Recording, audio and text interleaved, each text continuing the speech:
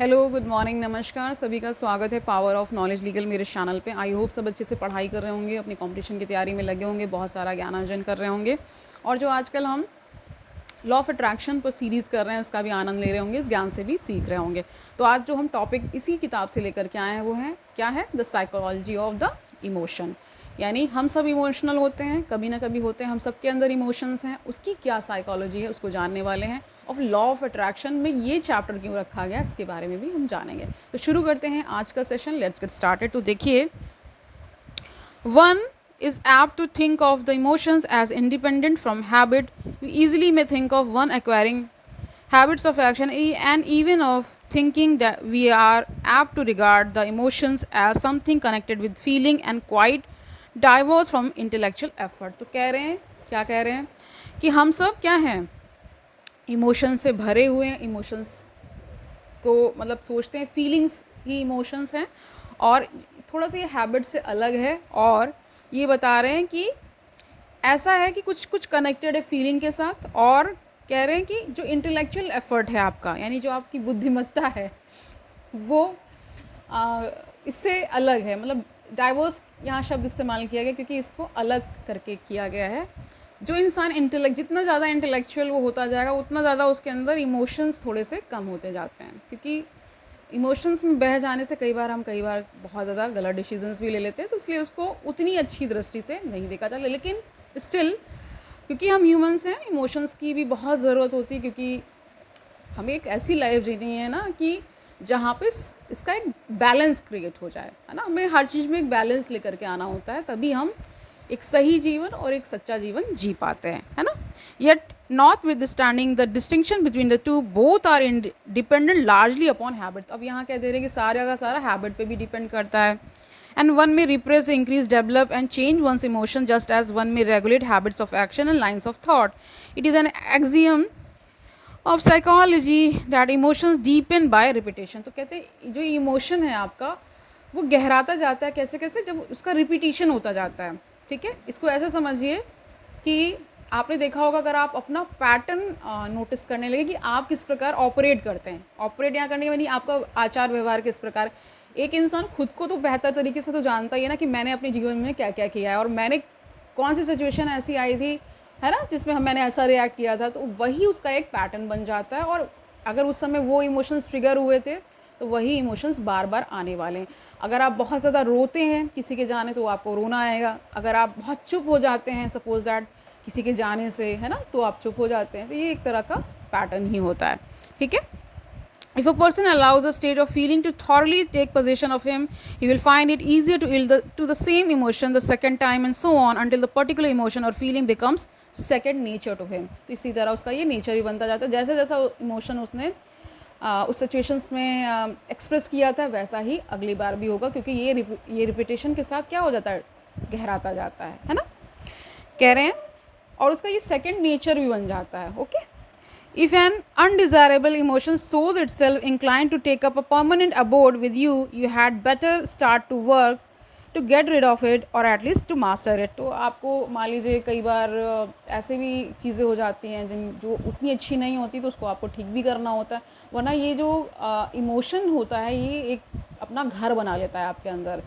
मान लीजिए अगर किसी को बहुत गुस्सा आता है, तो फिर वो उसका जो लिम्बिक सिस्टम है उसी प्रकार रिस्पॉन्ड करता है, और फिर उसकी वो एक आदत ही बन जाती है। फिर कहते हैं कि हैबिट बनने पे क्या होता है, फिर उसमें ब्रेन को बहुत ज़्यादा काम करना नहीं पड़ता, अपने आप ही वो सारी चीज़ें होती चली जाती हैं। जैसे आप सब साइकिल सीख रहे होते हैं तो स्टार्टिंग के फेज बहुत ध्यान देना पड़ता है, लेकिन जब आप सीख जाते हैं तो उतना आपको ध्यान देना नहीं पड़ता, वो सहज रूप से होता चला जाता है, एक हैबिट की तरह, है ना।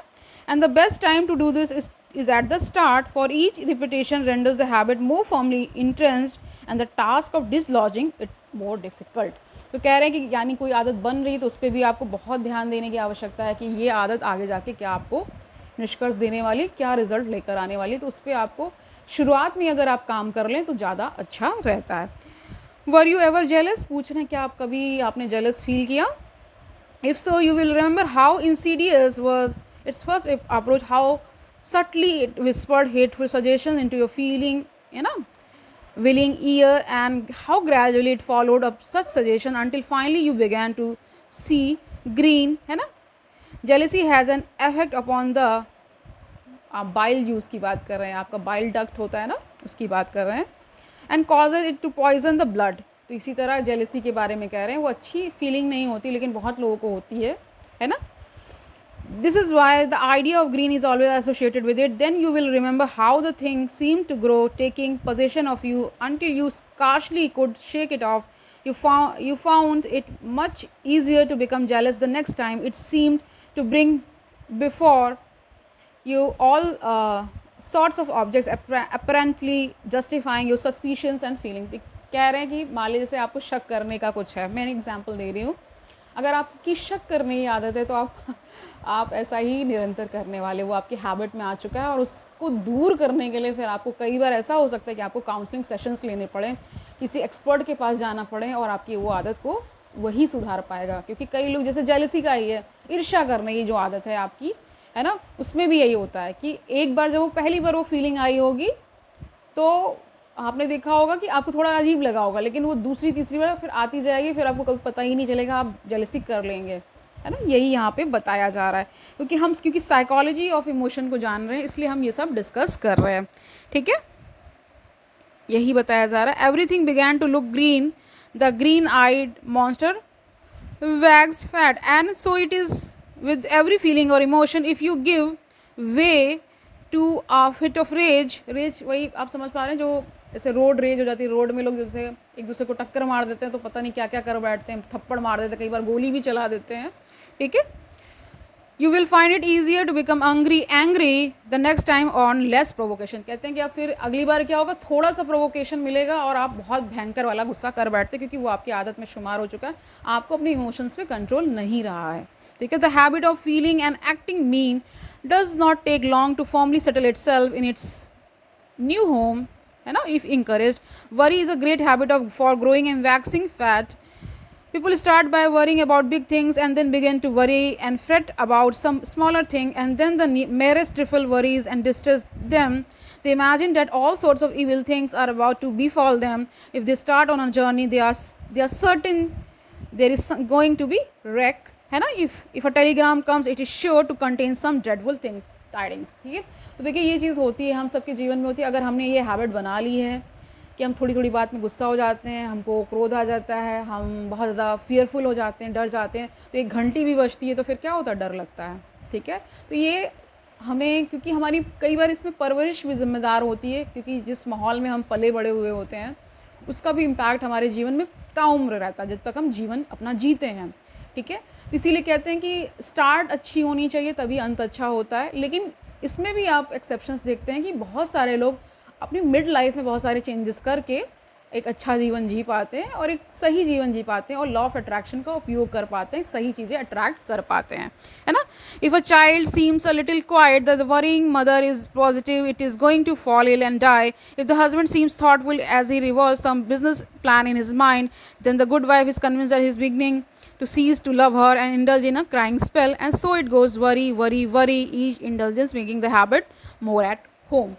तो कह रहे हैं अगर बहुत ज़्यादा आप बहुत चिंता करते हैं, है ना, हर बात पे चिंता हो रही है ना, कुछ नया प्लान बनाते हैं तो केवल चिंता ही घेर लेती है, तो भी ये सही स्वस्थ मस्तिष्क का लक्षण नहीं, यानी आपने अपनी जो इमोशंस हैं उन पे आपको कंट्रोल नहीं है।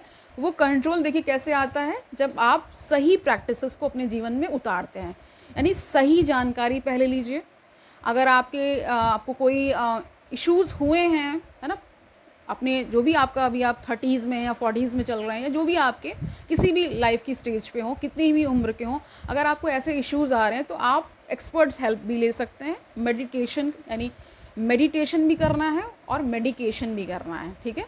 दवाइयाँ भी इसके लिए उपलब्ध हैं, क्योंकि कई बार क्या होता है कि बहुत लंबे समय तक जब एक जैसा व्यवहार आपका रहा है तो वो फिर ऐसा हो जाता है कि जैसे भूख लगती है, प्यास लगती है, वैसे ही गुस्सा आता है, इस तरह का, यानी वो होना ही है।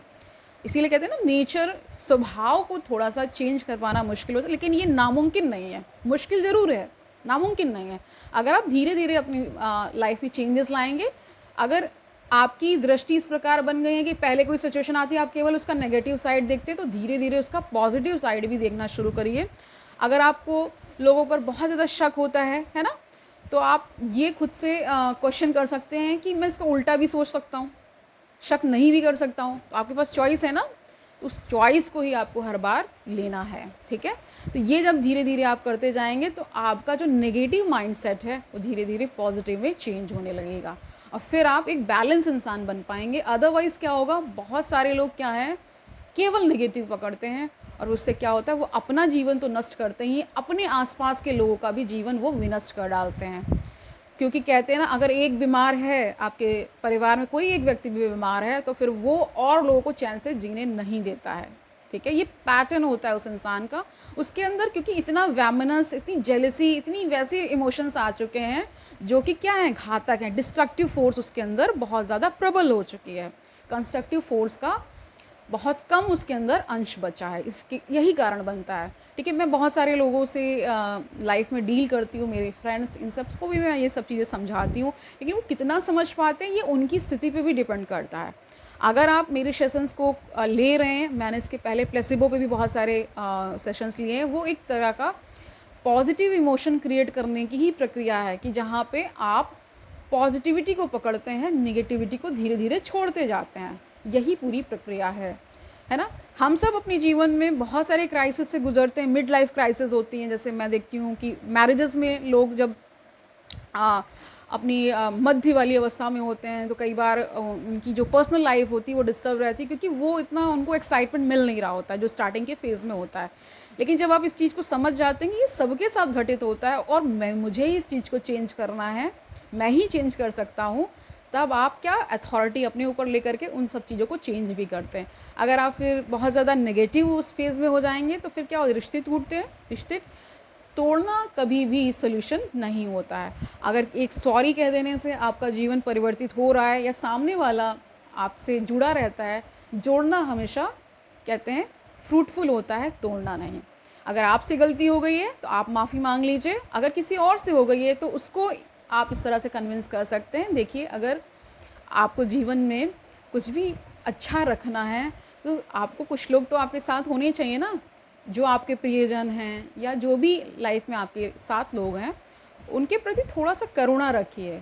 हर्ट करने की भावना से मत जाएं कि मैं इसको हर्ट करके ही रहूँगा। स्पेशली हस्बैंड्स एंड वाइफ्स ये बहुत करते हैं, कपल्स बहुत करते हैं, जो आज के जो बॉयफ्रेंड्स एंड गर्लफ्रेंड्स हैं वो बहुत ये सब करते हैं कि आज पर रिवेंज लेकर ही रहूँगा। ये सब नहीं करना है। ये अंततः आपको क्या करने वाला है, डिस्टर्ब करने वाला है। आपकी इमोशनल हेल्थ ख़राब हो जाएगी फिर, है ना। इन इमोशंस को सही तरीके से इस्तेमाल करके सही डायरेक्शन में काम करना है, तभी आपकी mental health, physical health and spiritual health, तीनों का सही से आप ख्याल रख पाएंगे, ठीक है। तो आज का सेशन यहीं तक रखते हैं। जब भी हम मिलेंगे नेक्स्ट, तो हम कुछ नया लेकर के आएंगे। आपको बहुत सारे इंसाइट्स हम दे रहे हैं अपनी लाइफ को, आपको कैसे जीना है। कुछ लाइफ में अगर कुछ बुरा भी घट गया है, तो उसे भी कैसे पॉजिटिविटी के साथ लेकर के चलना है, यानी आपको उसके प्रति भी बहुत ज़्यादा उससे स्टक नहीं, उसी में स्टक नहीं हो जाना है, उससे स्टिक नहीं हो जाना है ना। ओके, तो बढ़ जाना है आगे। जहाँ मूव करना है, मूव ऑन करना है, वहाँ मूव ऑन कर लेना है। जहाँ वो रिश्ता संभल सकता है उसको संभाल लेना है, अपने इमोशंस पे कंट्रोल रखना है, और ये धीरे धीरे होगा। अगर आपकी पहले आदत ऐसी रही है कि आप बहुत जल्दी रिएक्ट कर देते थे, बहुत ज़्यादा आप इम्पल्सिव हो जाते थे, तो उसको धीरे धीरे कम करना है। एकदम से तो नहीं होता है कि कोई भी आदत एक दिन में नहीं बनी थी, तो ये भी आदत एक दिन में तो बनेगी नहीं। इसका ख्याल रखना है। थोड़ा सा ईश्वर का सहारा भी ले सकते हैं। अगर आप ईश्वर में विश्वास करते हैं तो उसके प्रति समर्पण, उसके प्रति आप डिवोशन की भावना से जाइए कि प्रभु, अब आप ही को मैंने सब कुछ सौंप दिया, अब आप ही ठीक करें। तो जब आप दूसरों को सौंप देते हैं और एक ऐसी सत्ता को सौंप देते हैं जो कि परम सत्ता है, तो फिर निश्चित ही आपको सही रिजल्ट मिलता है। आस्था एक बहुत बड़ा वेपन साबित हो सकता है आपके बहुत सारे बिगड़े कामों को ठीक करने के लिए, है ना। वो आपके कर्म भी इसमें इन्वॉल्व, आपको एक्शन तो करना ही पड़ेगा, ठीक है। एक्शन सही डायरेक्शन में होगा, तभी वो सही रिजल्ट भी लेकर के आएगा। तो आज के लिए इतना ही रखते हैं। कल मिलते हैं, या जब भी मिलेंगे तो एक नया टॉपिक लेकर के आएंगे। तब तक क्या करना है, आपको आनंद से रहना है, बहुत सारी पढ़ाई लिखाई करते रहना, जो भी आप लक्ष्य लेकर चल रहे हैं उस पर चलते रहना है, और अपना जो जीवन है जितना आप सुंदर बना सकते हैं उसको बनाने की कोशिश करनी है। कल मिलते हैं, तब तक के लिए ऑल दी वेरी बेस्ट।